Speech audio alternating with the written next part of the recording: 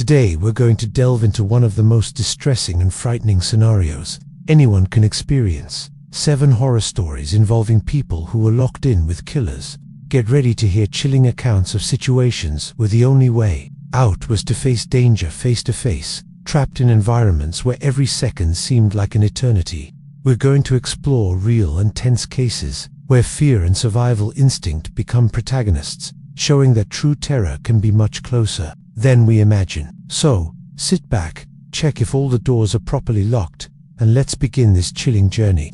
Oh, and before someone strange shows up, take the opportunity to subscribe to the channel, activate the bell, and leave your like. This helps the channel a lot and ensures that you don't miss any scary content like this. Let's go. 1. The fatal dinner. Vienna, Austria. On a winter evening in 2018, a group of 7 friends of different nationalities were invited to an exclusive dinner at a historic mansion on the outskirts of the city. The invitation, elegant and mysterious, promised an unforgettable gastronomic experience, hosted by a renowned local chef. No one knew exactly who the host was, but curiosity and the desire to experience something unique got the better of them. What began as a night of celebration would soon turn into one of the most disturbing cases ever recorded by the Viennese police.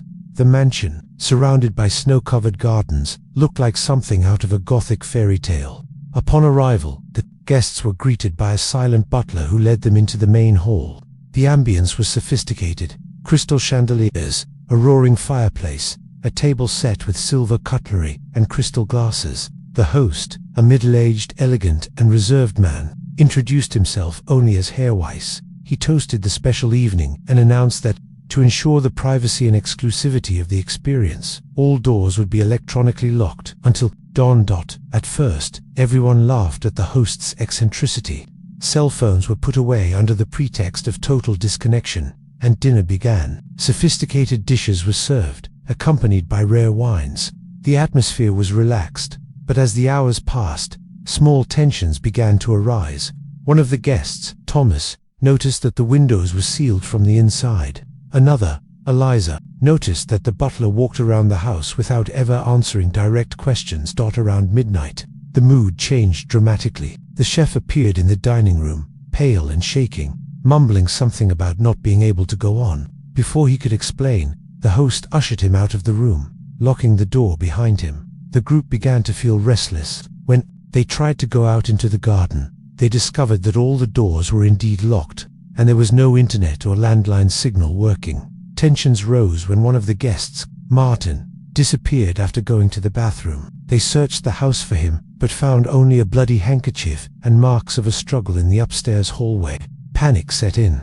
Herr Weiss reappeared, now armed, and revealed his true identity. He was a serial killer, wanted by Interpol, responsible for murders in several European countries. He explained, with frightening calm, that he had chosen each of the guests for specific reasons linked to their past's former rivals, witnesses to crimes, people who, according to him, wouldn't be missed. The group tried to unite to fight back, but the killer knew every secret exit, every hidden passage in the mansion.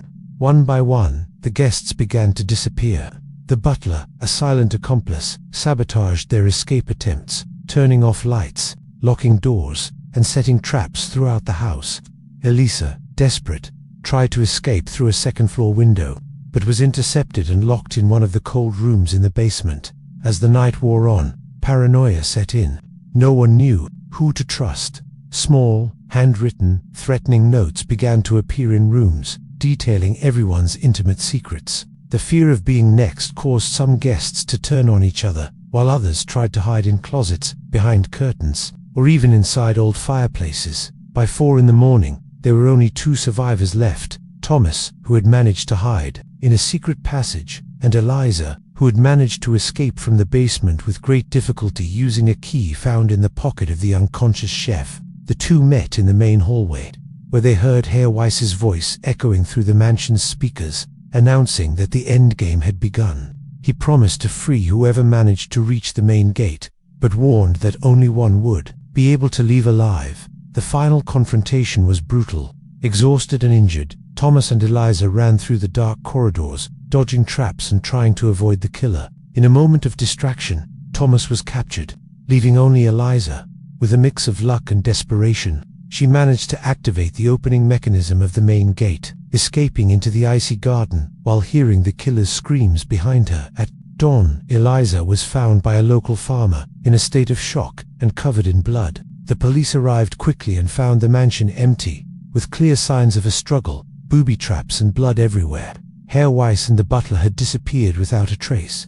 The case gained international attention, being considered one of the most mysterious and cruel crimes in recent Austrian history. Elissa survived, but she was never the same again. The trauma of that night was etched in her memory, and she spent years in psychological treatment. The mansion was sealed off, and to this day, local residents avoid going there at night. The fatal dinner has become an urban legend, but for those who lived through that night, the memory is painfully real, proof that behind the most elegant facades, the worst nightmares can hide. 2.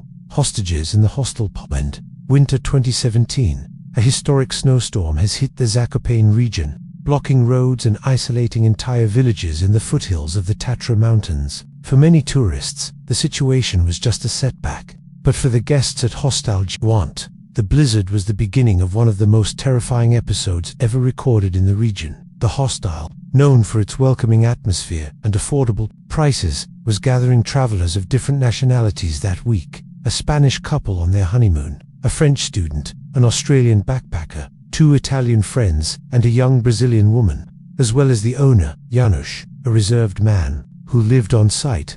When the storm reached its peak, the hostel's exits were blocked by snow and the electricity went out. Heating was now dependent on fireplaces and candles, and the group found themselves forced to live in an increasingly claustrophobic environment. At first, the atmosphere was one of camaraderie. Everyone gathered in the common room, sharing travel, stories, food and wine.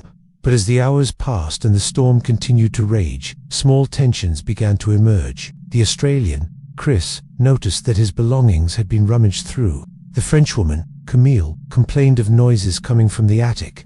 The owner, Janusz, was trying to keep order, but he seemed increasingly tense. On the second night, panic set in. The Spanish couple did not show up for dinner. After a quick search of the hallways and rooms, they found the woman's body in the bathroom on the second floor, with clear signs of violence. The husband was missing. The shock was immediate. The hostel, once a refuge from the cold, had become a death trap. The police couldn't get there because of the snow, and the group realized they were completely isolated.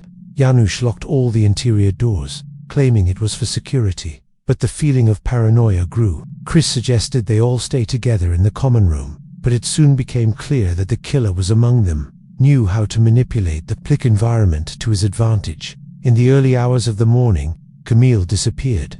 Her room was empty. The window was open, and footprints in the snow led to a nearby forest, but it was impossible to follow the trail. Fear spread like the cold. The Italians began to suspect the Australian, who in turn accused Janusz of acting strangely. The Brazilian, Ana, tried to use the landline, but the line was cut. As the hours passed, the tension turned to terror. The group realized that the killer was not a stranger who had broken into the hostel, but rather someone who had been there from the beginning, observing, choosing victims and eliminating anyone who might threaten his true identity. Threatening notes began to appear in rooms, and personal items mysteriously disappeared. On the third night, one of the Italians was found dead in the kitchen, and the other disappeared soon after. Only Anna, Chris, and Janusz remained. The atmosphere was one of total paranoia. No one trusted anyone. Chris, desperate, tried to escape through the ground floor window, but was attacked from behind and dragged out. Anna and Janusz, now alone, locked themselves in the common room, trying to survive until rescue. It was then that Anna noticed some disturbing details. Janusz knew too much about each guest's life, asked strange questions, and was always present. When something happened, she pretended to be asleep and, during the early hours of the morning, searched the owner's office. There she found false documents, newspaper clippings about unsolved murders in European hostels, and a bloody knife.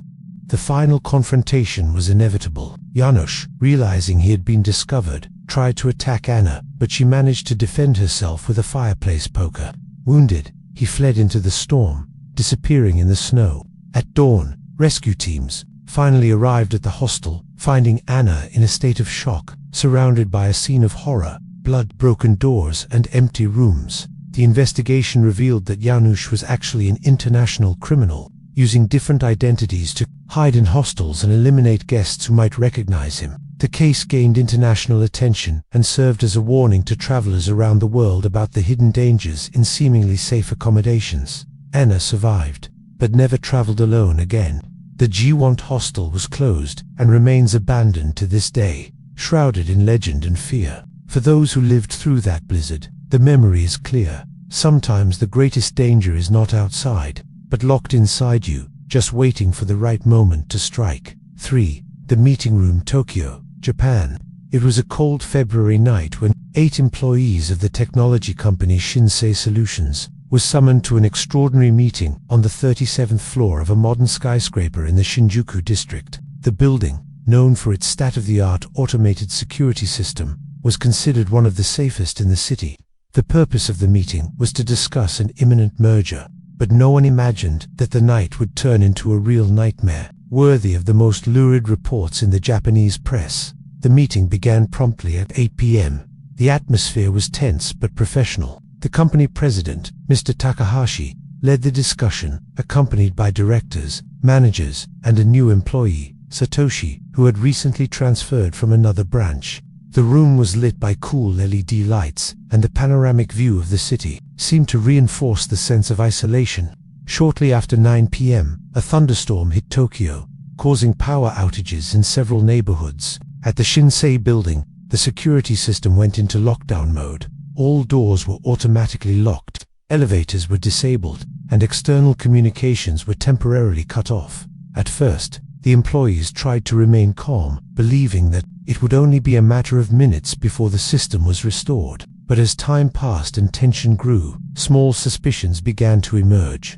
Satoshi, the new colleague, seemed restless, constantly checking his watch and avoiding eye contact. When HR Director Yumi suggested that everyone wait together in the conference room, Satoshi abruptly stood up and locked the door from the inside. It was then that the atmosphere changed completely. Satoshi revealed, with disturbing calm, that he was not who he said he was. He pulled a knife from his jacket pocket and, to the astonished gazes of his colleagues, confessed to being a murderer wanted by the police in 3 provinces. He explained that he had infiltrated the company using false documents and that tonight was his opportunity to eliminate witnesses who could link him to past crimes. He also said that, with the automated security system, no one would be able to get in or out until the power was restored and that he knew every detail of the building.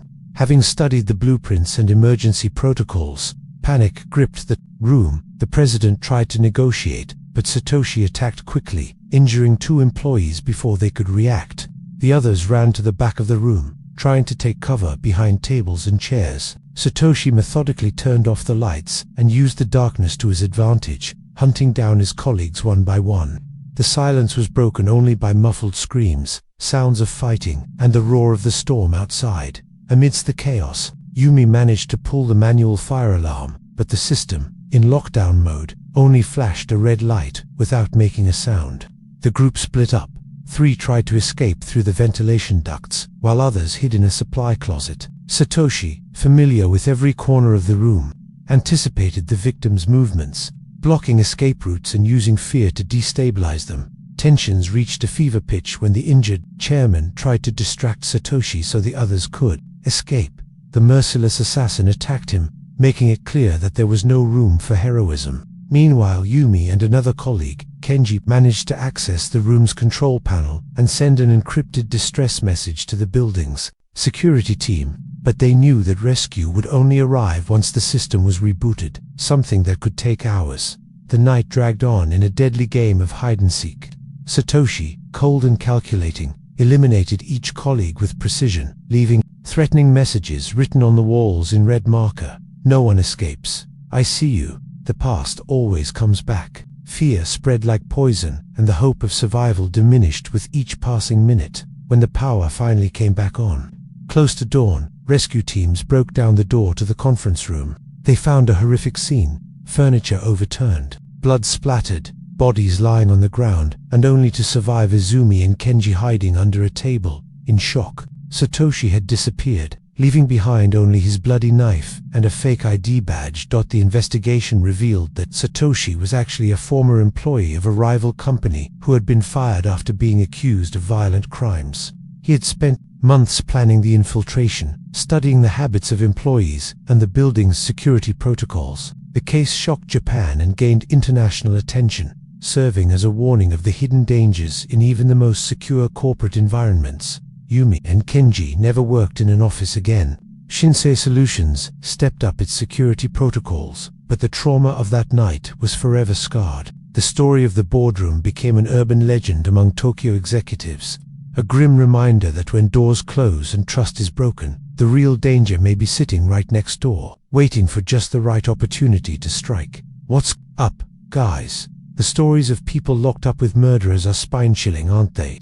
If you're enjoying these suspenseful and tense stories, take a quick break, subscribe to the channel, and leave a like. This really helps the channel grow and motivates me to continue bringing you more spine-chilling content. Now, let's get back to the next stories. There's still a lot of fear ahead. For the shelter in the snow Italian Alps, January 2019, a historic snowstorm has hit the Trentino region, blocking roads and isolating small mountain villages. Amid the chaos, 7 strangers, tourists, climbers, and a local couple have found refuge in an old wooden shelter located more than 2,000 meters above sea level. The simple, rustic place was known for serving as a refuge for climbers in extreme situations, but that night it would become the scene of one of the most disturbing episodes in the region's recent history. The group was diverse: a German doctor, a French student, a Swiss guide, an Italian couple, a Spanish backpacker, and a British businesswoman. They all arrived at the shelter at different times, fleeing the blizzard that, according to radio reports, would not let up for at least 2 days. At first, the mood was one of relief. They shared supplies, lit the fireplace, and tried to get to know each other better, exchanging stories and travel experiences. But as the hours passed, the tension began to grow.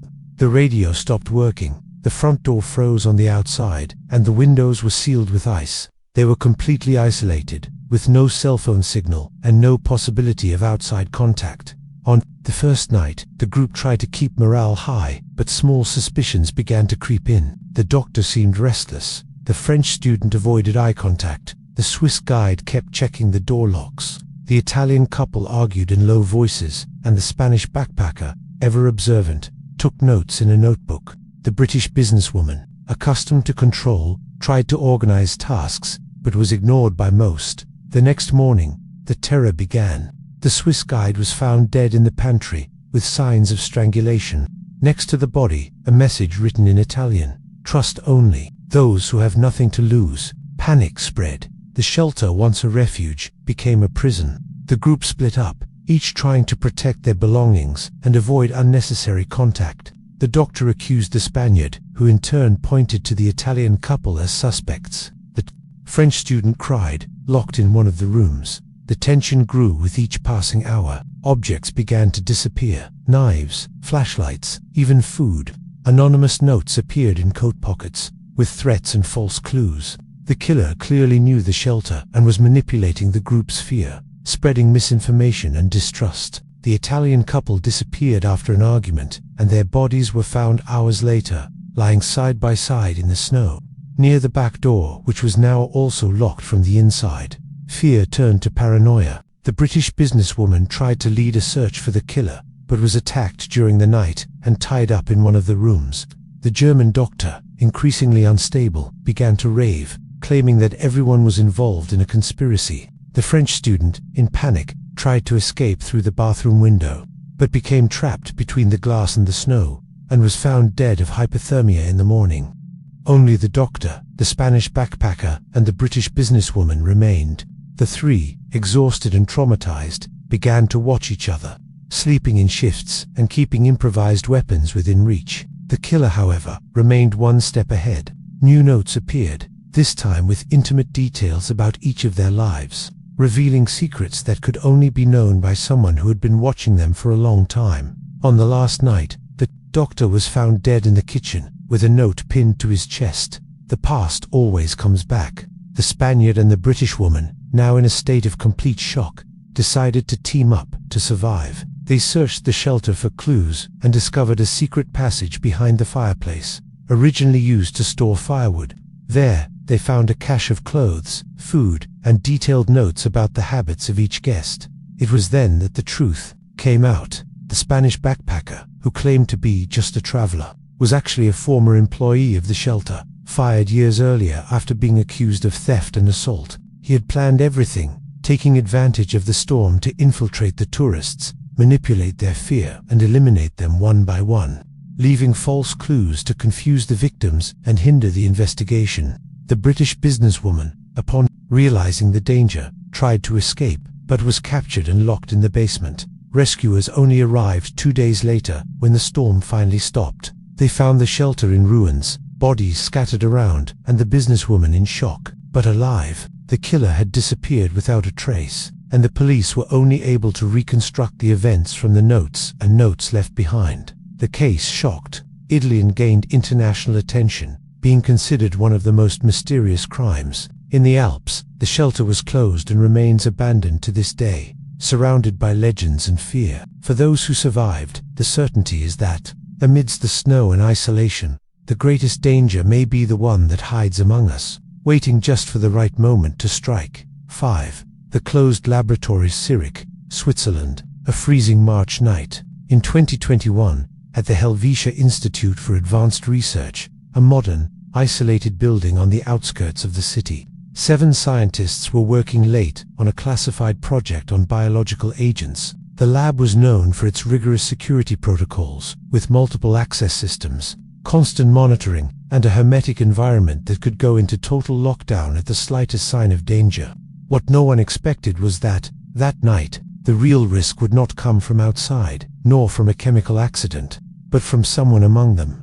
It all started shortly after 9 p.m., when a shrill alarm sounded in the hallways. Emergency lights came on, and within seconds, steel doors automatically lowered, locking all access to the building. An automated message announced, "Security lockdown. Chemical leak detected. Remain in your stations and await instructions." The scientists, accustomed to simulations, tried to remain calm, but when they checked the sensors, they realized that there was no real indication of a leak. The system had apparently been activated manually. The group was made up of professionals from different fields: Dr. Lena Vogel, a virology specialist; chemist Marcus Steiner; biosafety engineer Sophie Keller; French biologist Luc Moreau; Italian researcher Giulia Rossi; young Russian technician Pavel Ivanov; and the shift supervisor, Dr. Hans Meyer. They had all known each other for years, sharing long shifts and scientific competencies. But that night, the trust quickly faded. The first sign that something was wrong came when Luc didn't respond to radio calls. He had gone to the warehouse to get reagents and hadn't returned. Lena and Marcus went looking for him and found the warehouse locked from the inside. After forcing the door open, they found him lying on the ground, with signs of a struggle and a deep wound to the head. The shock was immediate. The lockdown that was supposed to protect them now trapped them with a killer. Panic spread. Sophie tried to access the central system to reverse the lockdown, but discovered that the passwords had been changed. The external communication system had been sabotaged, and cell phones had no signal. The group split up. Some tried to take cover in smaller laboratories. Others sought improvised weapons. Amid the tension, Marcus disappeared. His badge was found next to a pool of blood near the decontamination room. Paranoia gripped the survivors. Accusations began to fly. Sophie was suspicious of Pavel, who seemed nervous and avoided eye contact. Julia accused Hans, recalling recent arguments about budget cuts and professional rivalries. Lena tried to remain calm, but felt her fear growing with each passing minute. During the early hours of the morning, new traps were discovered: blocked doors, cut cables, sabotaged equipment. In one of the corridors, Julia was attacked from behind and dragged into a dark room. Only Lena, Sophie, Pavel and Hans remained. They decided to team up and search the laboratory for clues. In a locked cabinet, they found a laptop with encrypted files and photos of all the team members, along with detailed notes about their routines, schedules and weaknesses. It was then that Lena realized something disturbing. The notes were old, made over months, and revealed meticulous planning. The killer wasn't acting on impulse. He knew every detail of the building, every emergency protocol, every weakness of his colleagues. The real danger was someone who had waited for the right moment to strike. Tensions reached a fever pitch when Sophie was found unconscious in the decontamination room, with a note pinned to her lab coat. Trust kills. Lena and Pavel, now alone, tried to access the system manually, but were surprised by Hans, who revealed his true identity. He was not only the shift supervisor, but an undercover agent, hired by a rival organization to sabotage the project and eliminate witnesses. Hans confessed to having manipulated the security system, set the traps, and studied his colleagues for months, waiting for the perfect moment to act. The final confrontation was brutal. Lena tried to escape through the ventilation ducts, while Pavel fought Hans in a desperate struggle in the main hallway. Lena managed to pull the manual fire alarm, which, despite the lockdown, activated external lights and attracted the attention of campus security. At dawn, rescue teams broke down the doors and found Lena and Pavel alive but seriously injured. Hans had disappeared, leaving behind only the laptop with encrypted files and a devastated laboratory. The investigation revealed that Hans was using a false identity and had links to similar cases in other European countries. The case shocked Zurich and gained international attention, serving as a warning of the hidden risks even in the most controlled and secure environments. The Helvetia Institute tightened its protocols, but many scientists asked for transfers or leave, unable to overcome the trauma. The closed laboratory has become a legend among researchers, a grim reminder that when doors are locked and trust is broken, true danger may be lurking nearby, waiting just for the right moment to strike. 6. The Beach House, Australia, coast of New South Wales. It was supposed to be a celebratory weekend. 6 young friends, recently graduated from university, rented a secluded beach house to celebrate the beginning of a new phase. The house, modern and spacious, was located on top of a cliff, surrounded by native forest and with restricted access by a wooden bridge over a stream. The place seemed perfect, far from everything and everyone, ideal for parties and secrets. But that trip, which should have been unforgettable for all the right reasons, would become one of the darkest and most traumatic episodes of all their lives. On Friday night, the arrival was marked by laughter, loud music, and promises of a carefree weekend. The group consisted of Alice, the trip organizer, Tom, her boyfriend, Mia, her childhood friend, Lucas, the jokester, Sarah, the more reserved one, and Ben, the newcomer to the group, Tom's friend from graduate school. The atmosphere was relaxed, but from the beginning, Ben seemed out of place, observing the others in silence, smiling little and avoiding long conversations. Early Saturday morning, a violent storm hit the region. Lightning flashed across the sky, winds howled through the windows, and rain poured down heavily. At dawn, they discovered that the access bridge had been destroyed by the flood. The stream, now a raging river, completely isolated the house. With no cell phone signal, no internet, and the road submerged, the group realized they were trapped, until rescue arrived, which could take days. At first, they tried to keep their spirits up. They made coffee, played cards, and took photos to remember the adventure. But as the hours passed, small tensions began to emerge. Objects began to disappear. First, Alice's charger, then Tom's spare car key.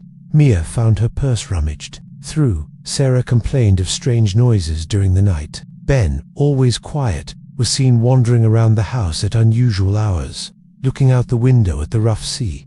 On Saturday night, the power went out during dinner. The emergency generator worked for only a few minutes before failing completely. Flashlights and candles were passed around, and the friends decided to go to bed early. In the middle of the night, a scream cut through the silence. Lucas had been found lying unconscious on the porch with a head injury. The group panicked. Tom suggested that Lucas had slipped, but Alice noticed signs of a struggle on the wet floor.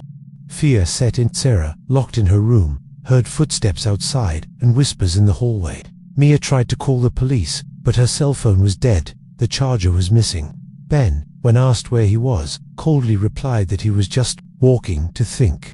Tensions increased when Alice found a missing kitchen knife and muddy footprints on the stairs leading to the basement. On Sunday, the situation got worse. Lucas, still unconscious, was taken to one of the bedrooms. Sarah disappeared during the morning, and her screams were heard coming from the woods behind the house. Tom and Alice ran there, but only found Sarah's scarf stuck to a bloody branch. The group split up. Mia wanted to wait for help inside the house. Tom insisted on looking for Sarah, and Ben suggested that they all stay together, but his increasingly cold and calculating attitude aroused suspicion. On Sunday afternoon, Mia found a journal hidden under Ben's mattress. The pages were filled with notes about his friend's habits, sleeping schedules, routines, and even intimate details of private conversations. In one passage, Ben described how easy it would be to eliminate one by one without leaving a trace. Taking advantage of the isolation, when she confronted him, Ben didn't deny it. He smiled and said it was just a joke, but the tone of his voice and the blank look in his eyes left no doubt about his intentions. The terror reached its peak when Tom disappeared while trying to get help in the woods. Alice and Mia, now alone with Ben and Lucas's unconscious body, decided to lock themselves in the bathroom, barricading the door with furniture. Ben walked around the house, knocking on doors, whispering threats and saying that no one would leave until the game was over. The night was one of pure despair, screams, knocks, attempts to break in. In a moment of silence, Alice heard footsteps moving away and took the opportunity to climb out through the window, pulling Mia with her. The two ran through the woods, barefoot and soaking wet, until they found an abandoned fishing hut. There, they spent the rest of the night, hearing Ben calling their names in the distance. At dawn, a rescue helicopter, called by a fisherman who had spotted smoke signals from the house, finally arrived. Alice and Mia were found in a state of shock, covered in scratches and mud. Lucas, still alive, was taken to the hospital. Tom and Sarah were never found. The police investigated and discovered that Ben had a history of psychiatric disorders and had been suspected of assault in other cities, but had always escaped due to lack of evidence. He disappeared without a trace. The house was sealed off, and the bridge was never rebuilt. The case shocked Australia and gained international attention, becoming a warning about the dangers of isolation and blind trust. The experience left deep scars on Alice, Mia, and Lucas. They never traveled again, and the memory of Ben's cold eyes haunts them to this day. For those who survived, the certainty remains that, even in the most paradisiacal places, the greatest danger can be right next to you, just waiting for the right opportunity to strike. Point 7. The night in Russia, winter 2016. The Baikal Express was leaving Irkutsk for Moscow, crossing the frozen expanse of Siberia. It was a long journey, marked by the monotonous swaying of the tracks and the biting cold that seeped into even the heated carriages.